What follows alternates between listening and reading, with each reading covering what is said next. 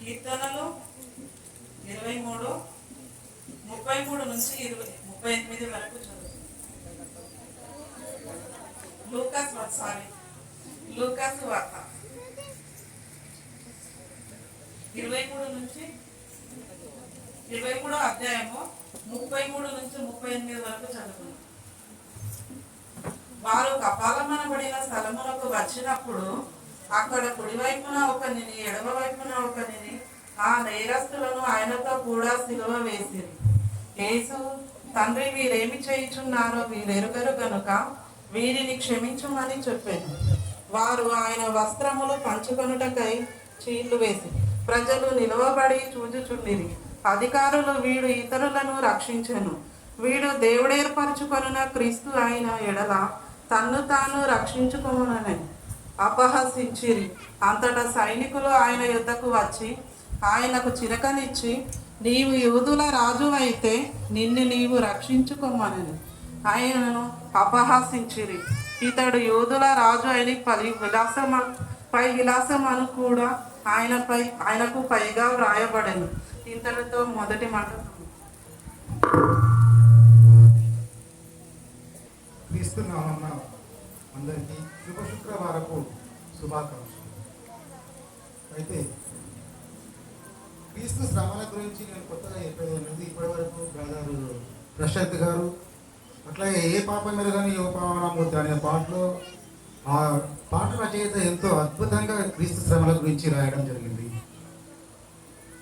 అయితే ఈ మాటలో యేసుక్రీస్తు చెప్తుంది ఏంటంటే, అది మాట అంటారు కానీ మాట కాదు, ప్రార్థన. యేసుక్రీస్తు శిలువపై పలికిన తన తండ్రితో ఈ పాపల గురించి వేడుకుంటున్న ప్రార్థన అది. ఏమంటుండంటే, తండ్రి, వీరు ఏమి చేయుచున్నారో వీరు ఎరుగరు గనక వీరిని క్షమించుమని అంటున్నాడు. సరే, ఆ మాటలో ఆ ప్రార్థనలో మనము తండ్రి గురించి తర్వాత చెప్తాను, కానీ ఈ వీరు ఎవరు, వాళ్ళు ఏం చేస్తున్నారు అనేది తెలుసుకుందాం. ఫస్ట్ యేసుక్రీస్తు ఎక్కడుండి ప్రార్థన చేస్తుండు? సిలువ పైన ఉన్నాడు.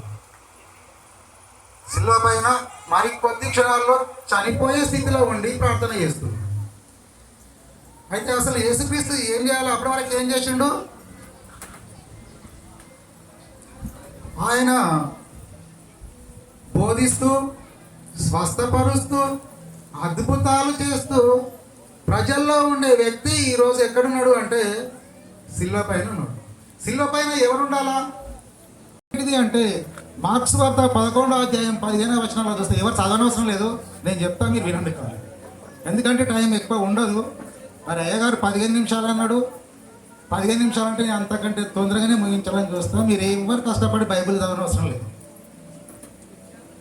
మరి ఆదివారం రోజున యేసుక్రీస్తు ఎక్కడికి పోయాడు? మొన్న ఆదివారం రోజున యెరూషలేము దేవాలయానికి ఊరేగింపుతో వచ్చాడు. ఆ రోజు సాయంత్రం అయిన తర్వాత ఆయన బెతనియా పోయాడు. బెతనియా నుంచి తెల్లారి మళ్ళీ యెరూషలేము వచ్చేటప్పుడే దారిలో ఈ అంజూర చెట్టును శపించడం జరుగుతుంది. అక్కడి నుంచి ఆలయానికి వచ్చిన తర్వాత ఏం చేస్తాడంటే అక్కడ నూకలు చెల్లించే వాళ్ళని, ఈ పావురాలు అమ్మే వాళ్ళని అక్కడ ఏ బిజినెస్ చేయనియాడు. అప్పుడు యేసుస్వామి ఏమంటాడంటే, నా ఆలయము సమస్త అన్య జనులకు ప్రార్థనాలయం. ఏంటిదట? ప్రార్థన సమస్త, అది ఒక యూదులకు, ఇశ్రాయేలీలకు, మీకు మాకు కాదు, సమస్త అన్యజనులకు అది ప్రార్థనాలయం. అయితే మీరు దీన్ని ఏం చేసిండ్రు? దొంగల గుహగా మార్చిండ్రు. ఆ మీరు అంటే ఎవరు? యాజకులు, శాస్త్రులు.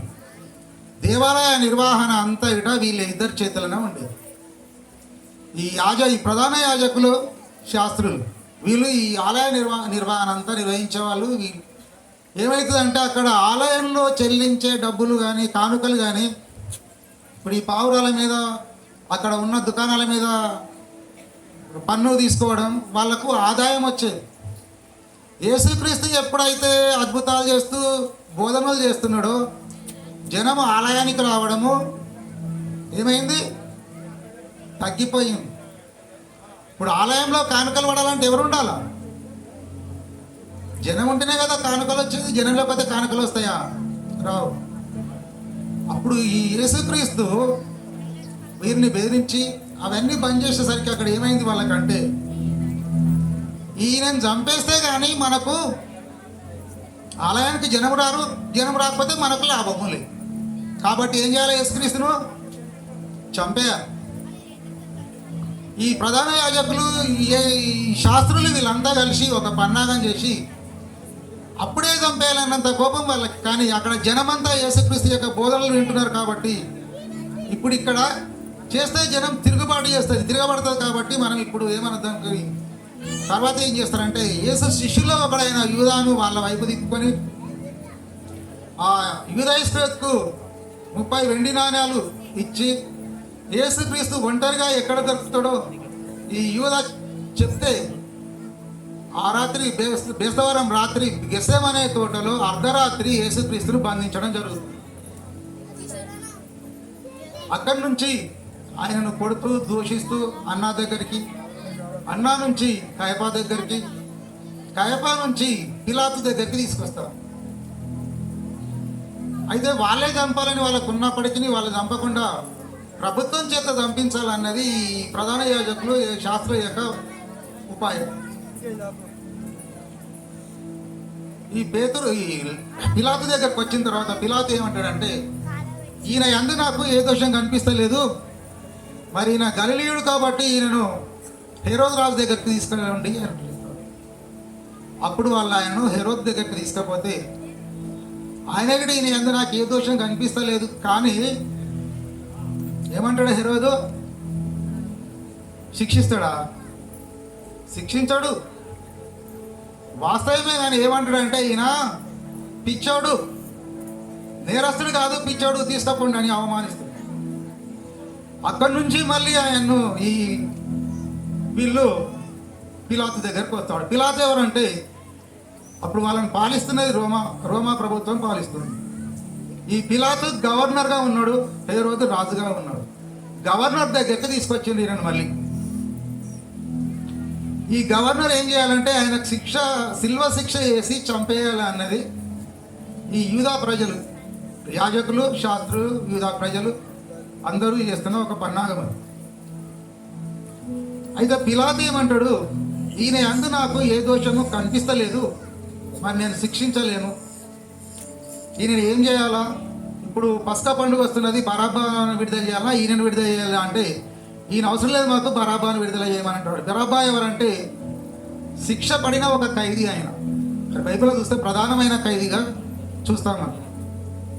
ఆయన ఒక బందిపోటు దొంగని, హంతకుడని అతనికి శిల్వ శిక్ష వేయబడ్డది. ఈరోజు వేయబడిన ముగ్గురులో యేసుక్రీస్తు పక్కన 2 దొంగలు ఉన్నారు. అవునా? ఉన్నారా లేరా? మరి ఎవరు ఏమంటలే, వినండి, జరిసేపు చెప్తా, ఇంకేం చెప్పాను నేను మీకు. క్రీస్తు ప్లేస్లో ఎవరు సిల్వ పడాలా? అసలు సిల్వ ఎవరికి పడాలా? ఎవరు మరణించాలా క్రీస్తు ప్లేస్లో? బరబ్బాకు సిల్వ వేయాలా? బరబ్బా చనిపోవాలా? బరబ్బా శిక్ష వేయబడిన ఖైదీ. అయితే శిక్ష ఎప్పుడో పడ్డది ఆయన, కానీ జైల్లో ఉన్నాడు. యేసుక్రీస్తును నిన్న రాత్రి పట్టుకుంటే ఈరోజే శిక్షకు అప్పగించేశాం. అంటే 24 గంటలు కూడా ఆయనను ఉంచలేదు. మరి పిలాతు భార్య పిలాతుకి ఏమంటుందంటే, ఆయన నిరపరాధి, నీతిమంతుడు, ఆయనకు శిక్ష ఇచ్చి మనం పాపం కట్టుకోవద్దు, నువ్వు ఆయనకు శిక్ష వెయ్యకు అంటు. వీళ్ళెవరు? ఈ పిలాతు భార్య ఎవరు? యూదులా? కారు, రోమా ప్రజలు వాళ్ళు, ఈ యూదులను పాలిస్తున్న వాళ్ళు. అయితే పిలాతుకి ఇష్టం లేకపోయినప్పటికీ ఈ యూదుల అల్లరి ఎక్కువ అవడం చేత ఏమవుతుందంటే, పిలాతు పైన కైజరు అనే చక్రవర్తి ఉంటాడు. వీళ్ళు తిరుగుబాటు చేసి కైజర్కు పిలాతు మీద ఒకవేళ రిపోర్ట్ చేస్తే, అంటే ఫిర్యాదు అయితే, పిలాతు యొక్క పదవి, గవర్నర్ పదవి ఏమవుతుంది? పోతుంది. తన పదవి పోవద్దు అంటే శిక్ష చేయాలి, కానీ శిక్ష చేయడానికి ఆయనకు ఇష్టం లేదు. అప్పుడు ఏం చేస్తుడు పిలాతు అంటే, ఈ నిరపరాధి పాపము నా మీద, నా పిల్లల మీద రాకుండా ఉండాలని ఆయన చేతులు కడుక్కుంటున్నాడు. అప్పుడు ఈ యూదా ప్రజలు, అంటే యేసుక్రీస్తు ఎవరు? యూదా తెలియదా? యూదా ప్రజల వ్యక్తి, యూదా గోత్రంలో జన్మించిన వాడు. యూదా గోత్రంలో ఉన్న దావీదు, సొలొమోను, ఎందరో రాజులు ఉన్నారు. ఆయన ఎవరు అంటే ఒక రాజవంశీయుడు. యేసుక్రీస్తు నిజంగానే యూదా రాజవంశీయుడు, యూదా రాజులలో పుట్టిన వ్యక్తి అయినా. కానీ అప్పుడు యూదా రాజ్యం లేదు, అది రోమా చక్రవర్తుల చేతి కింద ఉన్నది. కాబట్టి వీళ్ళు బానిసలై ఉన్నారు. అప్పుడు ఈ యేసుక్రీస్తు తండ్రి, తల్లి వీళ్ళు ఏం చేస్తుండ్రంటే వడ్రంగి పని చేసుకొని బతుకుతున్నారు. ఏం చేస్తుండ్రు? వడ్రంగి పని చేసుకొని బతుకుతున్నారు. ఈ పిలాతు చేతులు కడుక్కున్న తర్వాత ఈ యూదా ప్రజలంతా ఏమంటారంటే, ఆ పాపము మా మీద, మా పిల్లల మీద రా